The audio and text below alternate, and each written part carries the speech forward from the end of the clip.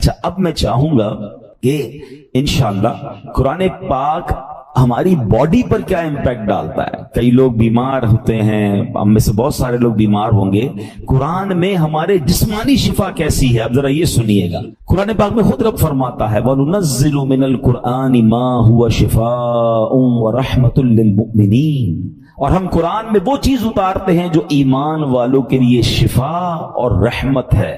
اللہ پاک کے آخری نبی علیہ الصلوۃ والسلام فرماتے ہیں خیر الدواء القرآن، یعنی بہترین دوا قرآن کریم ہے. قرآن کی مختلف آیتیں ہیں، مختلف صورتیں ہیں، جس کو پڑھ کر دم کیا جائے اپنے آپ پر یا مریض پر تو اسے کیسے شفا ملتی ہے. اور یہ صحابہ کرام کا طریقہ، خود نبی پاک علیہ الصلوۃ والسلام کا معمول کیا تھا. سنیے، پیارے آقا علیہ الصلوۃ والسلام کا یہ معمول کہ صحابہ کرام اور بڑے بڑے اولیاء کرام تقریباً 1450 صدیوں سے امت کے مجربات یعنی تجربہ شدہ کاموں میں ہے کہ قرآنی آیات پڑھ کر دم کیا جائے تو اللہ پاک شفا عطا فرماتا ہے. مسلمانوں کی امی جان بی بی عائشہ صدیقہ رضی اللہ تعالیٰ عنہا فرماتی ہیں کہ نبی پاک علیہ الصلوۃ والسلام کے اہل خانہ میں سے جب کوئی بیمار ہوتا تو آپ علیہ الصلوۃ والسلام معوذات یعنی سورہ فلق اور سورہ ناس پڑھ کر اس پر دم کیا کرتے تھے. تو میں آپ سب کو مشورہ دیتا ہوں، روز صبح اپنے گھر سے جب نکلیں یا فجر کی نماز پڑھیں،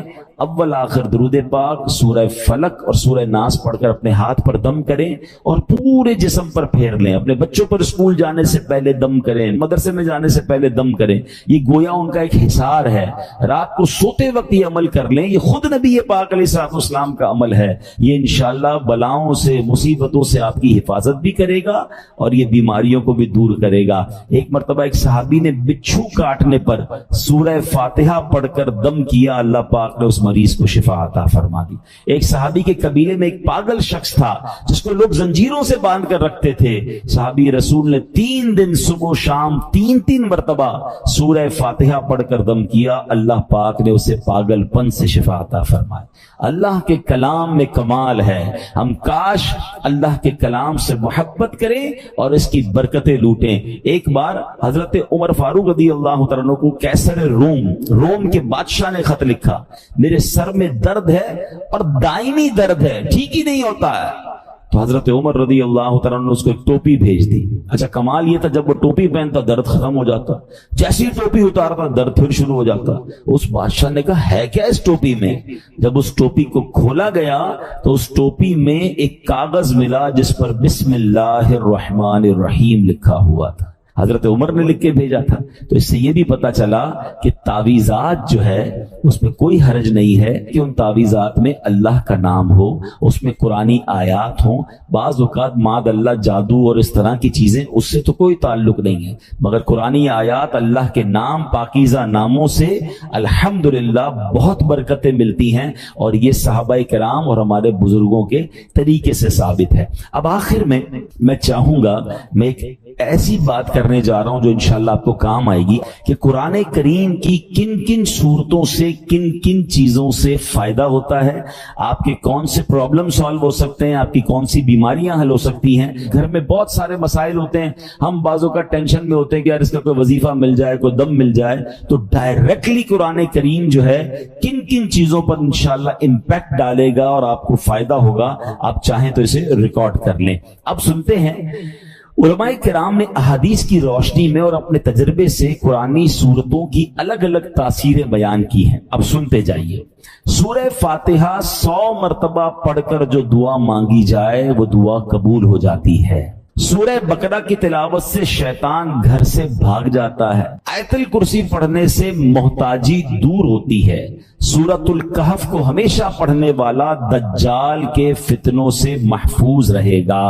والدین کی قبر پر ہر جمعہ سورہ یاسین کی تلاوت کرنے سے اس کے حروف کی تعداد کے برابر یعنی پڑھنے والے کے گناہ بخش دیے جاتے ہیں. سورہ دخان پڑھنے سے مشکل دور ہوتی ہے. جو مرنے کے قریب ہو اس پر سورہ جاسیہ کا دم کرنے سے انشاءاللہ ایمان پر موت نصیب ہوگی. سورہ حجرات کا پڑھنا اور دم کر کے پینا گھر میں خیر و برکت کے لیے مفید ہے.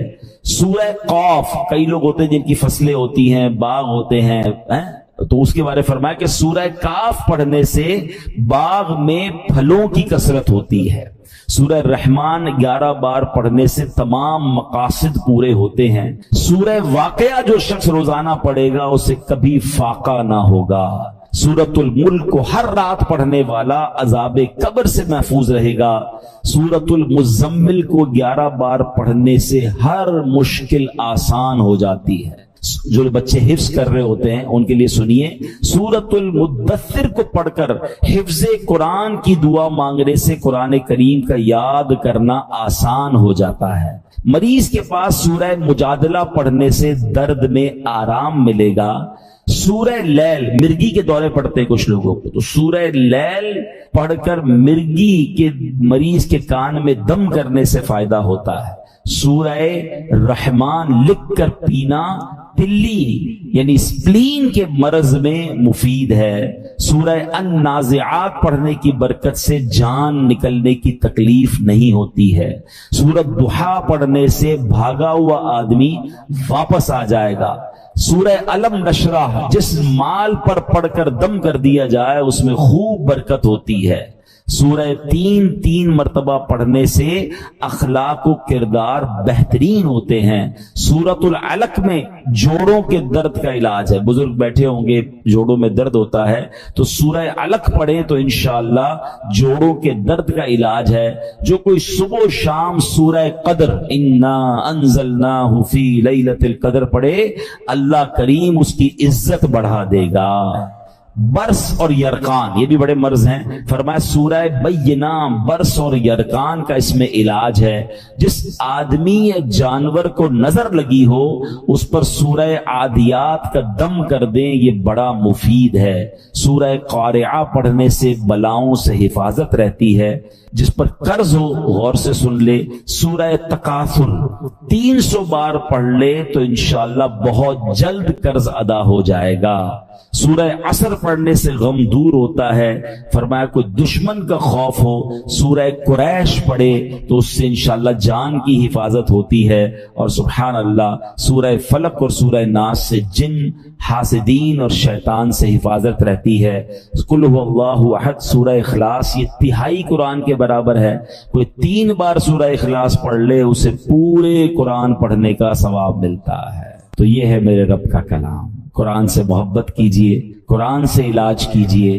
قرآن سے دوستی کیجئے، قرآن سے دلوں کی کیفیت کو بدلیے، قرآن کی تلاوت کے ساتھ ساتھ ترجمہ قرآن اور تفسیر قرآن، بہت خوبصورت تفسیر قرآن آپ کو ریکمنڈ کر دیتا ہوں، اس تفسیر قرآن کا نام ہے صراط الجنان، یہ بہت آسان اردو میں موجود ہے، اس کو بھی چاہیں تو dawatIslami.net سے ڈاؤن لوڈ کر لیں یا مکتبۃ المدینہ سے پرچیز کر لیں، انشاءاللہ اس کی برکتیں ملیں گی، اللہ پاک ہمیں نیکیاں کمانے کا جذبہ نصیب فرمائے۔ سورہ فاتحہ 100 مرتبہ پڑھ کر جو دعا مانگی جائے وہ قبول ہوتی ہے، سورہ بقرہ کی تلاوت سے شیطان گھر سے بھاگ جاتا ہے، آیت الکرسی پڑھنے سے محتاجی دور ہوتی ہے، سورہ کہف کو ہمیشہ پڑھنے والا دجال کے فتنوں سے محفوظ رہے گا، والدین کی قبر پر ہر جمعہ سورہ یاسین کی تلاوت کرنے سے اس کی حروف کی تعداد کے برابر ان کے گناہ بخش دیے جاتے ہیں، سورہ الدخان پڑھنے سے مشکل دور ہوتی ہے، جو قریب المرگ ہو اس پر سورہ جاسیہ کا دم کرنے سے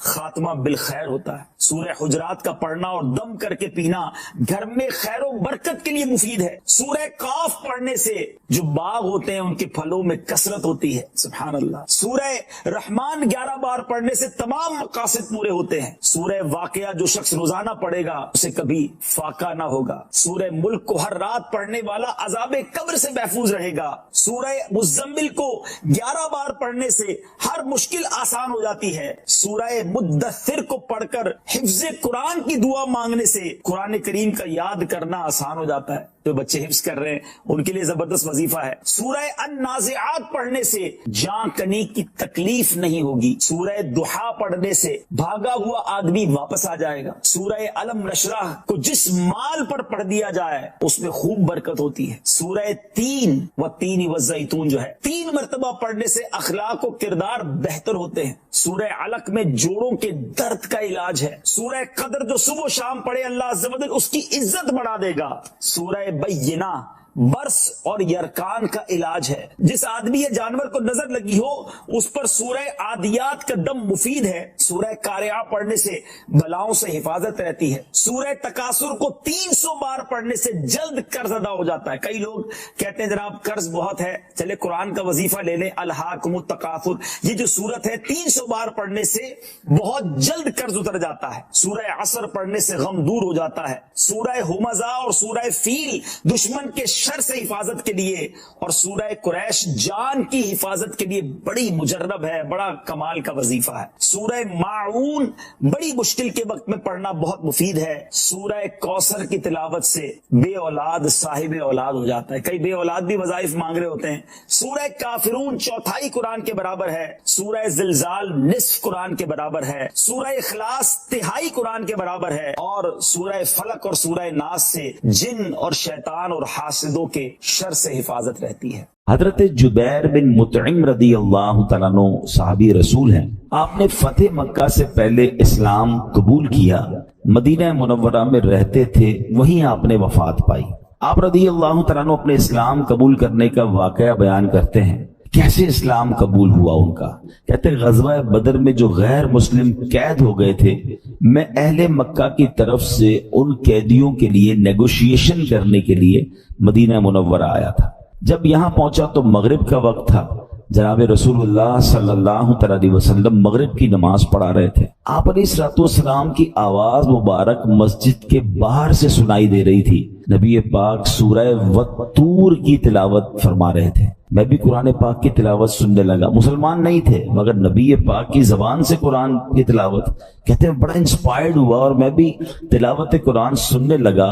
زبان محبوب خدا کی تھی اور کلام رب رحمان کا تھا. بس پھر کیا تھا، وہ قرآن کی آیتیں دل میں تاثیر کا تیر بن کر اترتی چلی گئیں. اور جب نبی پاک اس آیت پر پہنچے، ان عذاب ربک لواقع ما لہ من دافع، بے شک تیرے رب کا عذاب ضرور واقع ہونے والا ہے، اسے کوئی ٹالنے والا نہیں. ان آیات کو سن کر میرا دل ایسے ہو گیا جیسے ابھی پھٹ جائے گا. مجھے یوں لگا کہ میں قدم بھی نہیں اٹھا سکوں گا، اس سے پہلے ہی مجھ پر عذاب برس جائے گا. پس میں نے اللہ پاک کے عذاب سے ڈر کر اسی وقت ایمان قبول کر لیا. قرآن اپنا امپیکٹ رکھتا ہے، قرآن اپنی تاثیر رکھتا ہے. بات یہ ہے کہ صحیح پڑھنے والا ہو، انڈرسٹینڈ کرنے والا ہو، دل کی دنیا بدل دیتا ہے. اور ایسے بے شمار واقعات ہیں. یاد رہے قرآن میں عجیب تاثیر ہے. یہ پیارا کلام دلوں کو نرم کرتا ہے، بھٹکے ہوئوں کو راہ ہدایت دیتا ہے. اس میں اگلے پچھلوں کی خبریں ہیں. یہ اللہ پاک کی مضبوط رسی ہے، یہ حکمت والا کلام ہے. حدیث پاک میں ہے قرآن کی برکت سے خواہشات مٹتی ہیں، قرآن کے عجائبات ختم نہیں ہوتے. قرآن کریم کے مطابق کوئی بات کرے وہ سچا ہے. جس نے قرآن پر عمل کیا وہ ثواب پائے گا. جو قرآن کریم کے مطابق فیصلہ کرے وہ انصاف کرنے والا ہوگا. اور جو قرآن کریم کی طرف بلائے ضرور وہ سیدھی راہ کی طرف بلانے والا ہوگا. ایک حدیث پاک میں فرمایا جس طرح اللہ پاک اپنی تمام مخلوق سے افضل ہے، ایسے ہی اللہ پاک کا کلام بھی باقی تمام کلاموں سے افضل و اعلیٰ ہے. یعنی اللہ پاک کا جو مرتبہ مخلوق میں ہے سب سے افضل و اعلیٰ ہے نا. تو کلام الہی کا جو مرتبہ ہے وہ دنیا کے تمام کلام، تمام کتابوں میں افضل و اعلیٰ وہ کلام ہے. سبحان اللہ، وہ رب کا کلام ہے. یاد رہے میرے پیارے اسلامی بھائیوں کہ قرآن مجید فرقان حمید کس طرح چھوٹی سی چند آیتوں کے ذریعے کیا کچھ ہمیں عطا فرماتا ہے. حضرت زید بن اسلم رضی اللہ تعالیٰ عنہ سے روایت ہے، ایک مرتبہ ایک شخص بارگاہ رسالت میں حاضر ہوا. پیارے آقا سید الانبیاء صلی اللہ تعالیٰ علیہ وسلم نے ایک صحابی رضی اللہ تعالیٰ عنہ کو فرمایا اس نئے آنے والے شخص کو قرآن کریم سکھاؤ. اس صحابی نے اس شخص کو سورہ زلزال سکھانا شروع کی. جب انہوں نے سورہ زلزال کی 7ویں آیت سکھائی تو وہ شخص کہتا ہے بس اب مجھے کافی ہے، 7 آیتیں سیکھنی ہے بہت ہے. ان صحابی نے بارگاہ رسالت میں عرض کیا کہ حضور انہوں نے صرف 7 ہی آیتیں سیکھی ہیں اور کہتے ہیں مجھے کافی ہے.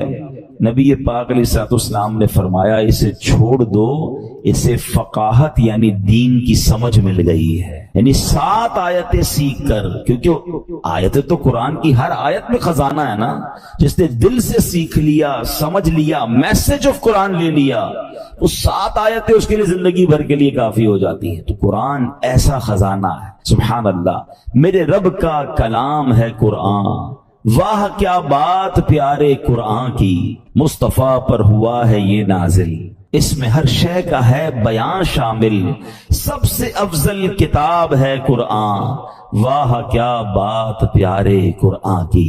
اے میرے پیارے اسلامی بھائیوں، ایک بڑا ہی کمال کا واقعہ جو میں بات کر رہا ہوں نا کہ قرآن دلوں کی دنیا کیسے بدلتا ہے۔ اللہ کرے میں اور آپ قرآن سے دوستی کر لینا تو توبہ کرنے کے لیے، سدھرنے کے لیے، اللہ کی طرف رجوع لانے کے لیے قرآن کیا کمال کا کردار ادا کرتا ہے۔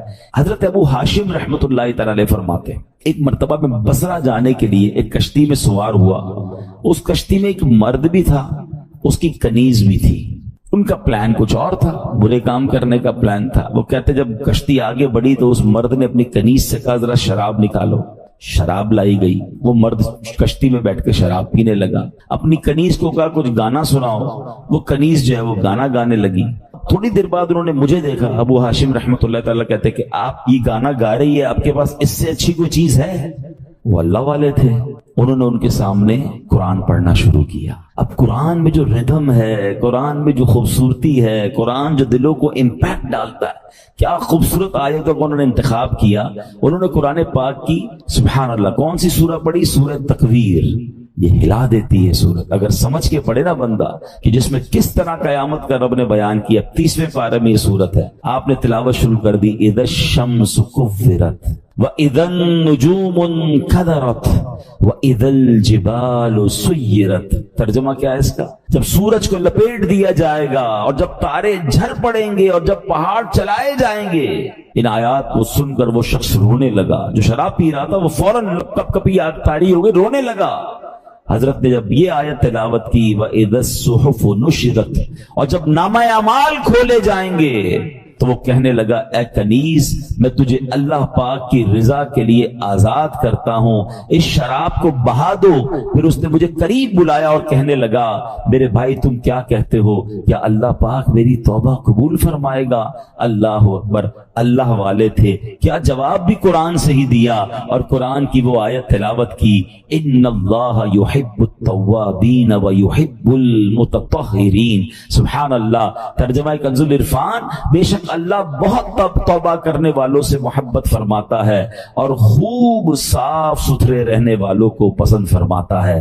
بس اس شراب پینے والے گانے باجے میں منہمک شخص نے جب یہ سنا کہ رب توبہ کرنے والوں کو قبول فرماتا ہے، محبت فرماتا ہے، چلتی کشتی میں اس بندے نے اللہ سے توبہ کر لی۔ تو اے میرے پیارے اسلامی بھائیوں، قرآن اس طرح دلوں پر اثر ڈالتا ہے۔ یاد رہے قرآن کا ایک نام حکمت بھی ہے، یعنی یہ وہ کتاب ہے جس کو پڑھنے سے حکمت و دانائی ملتی ہے۔ قرآن کریم کا ایک نام صراط مستقیم ہے، یعنی وہ کتاب ہے جو بھولے بھٹکوں کو سیدھے رستے کا مسافر بناتی ہے۔ قرآن کریم کا ایک نام نور ہے، یعنی وہ عظیم کتاب ہے جو نور بانٹتی اور دلوں کو روشن کرتی ہے۔ ایک صحابی رسول ہیں حضرت ثابت بن قیس رضی اللہ تعالیٰ، ان کا گھر جو ہے وہ رات بھر چمکتا رہتا تھا، روشن رہتا تھا۔ آج کل تو ہمارے گھروں میں لائٹیں ہوتی ہیں، اس زمانے میں تو لائٹیں نہیں ہوتی تھی، لوگ رات کو چراغ بند کر دیتے تھے کیونکہ رات کو لائٹ کی ضرورت نہیں ہوتی تھی۔ تو لوگ حیران ہوتے تھے کہ حضرت ثابت بن قیس کا گھر کیوں چمکتا ہے۔ سرکار دو عالم علیہ الصلوۃ والسلام کی بارگاہ میں گئے، حضور رات بھر ثابت بن قیس کا گھر جگمگاتا ہے۔ اچھا صحابہ بھی کمال کے تھے نا، whenever they want to ask something, any unusual thing، وہ کہیں اور نہیں جاتے تھے، وہ جناب رسول اللہ صلی اللہ علیہ وسلم کی بارگاہ میں جاتے تھے۔ ان کو پتا تھا یہاں سے بڑا پیارا جواب مل جائے گا۔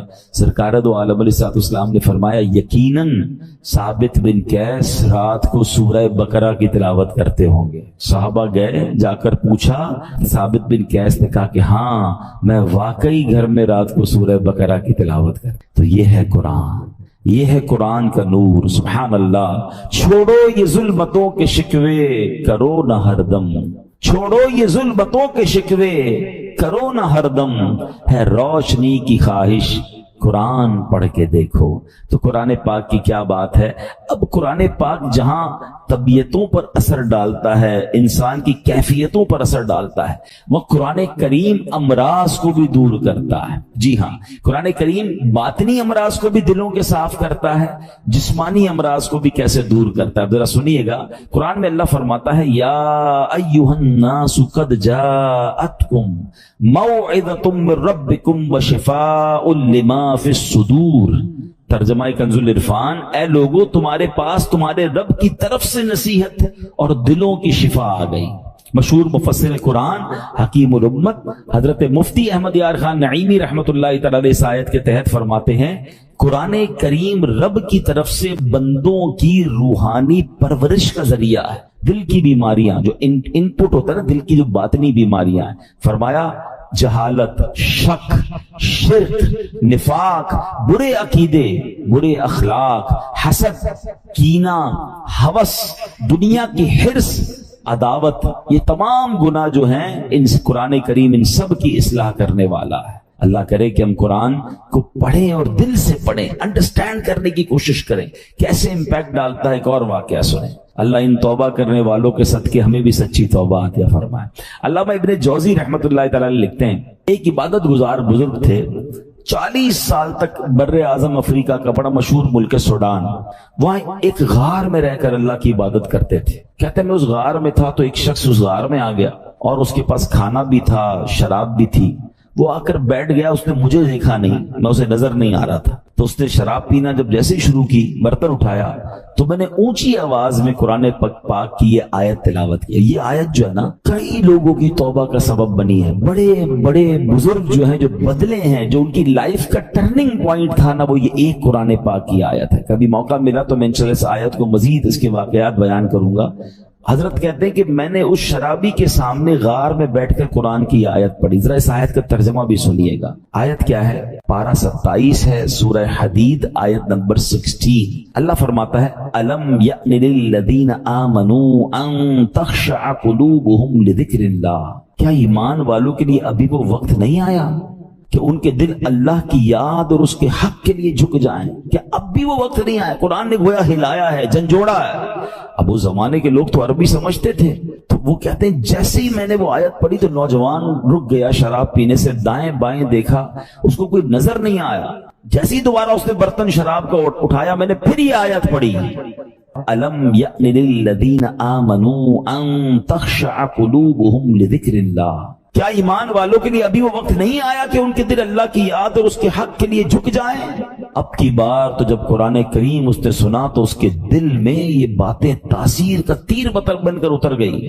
ہاتھ سے شراب گر گئی اور کہنے لگا بلا واللہ قد آن، کیوں نہیں، خدا کی قسم وہ وقت آ گیا ہے، میرا دل اللہ کی طرف جھک گیا ہے. بس یہ کہتا جا رہا تھا، وہ غار سے نکل گیا. وہ بزرگ کہتے ہیں پیچھے پیچھے چلنے لگا کہ دیکھو اب اس کی توبہ کیا رنگ لاتی ہے. اس کی زبان پر ایک ہی جملہ ہے بلا واللہ قد آن، کیوں نہیں، خدا کی قسم توبہ کا وقت آ گیا ہے.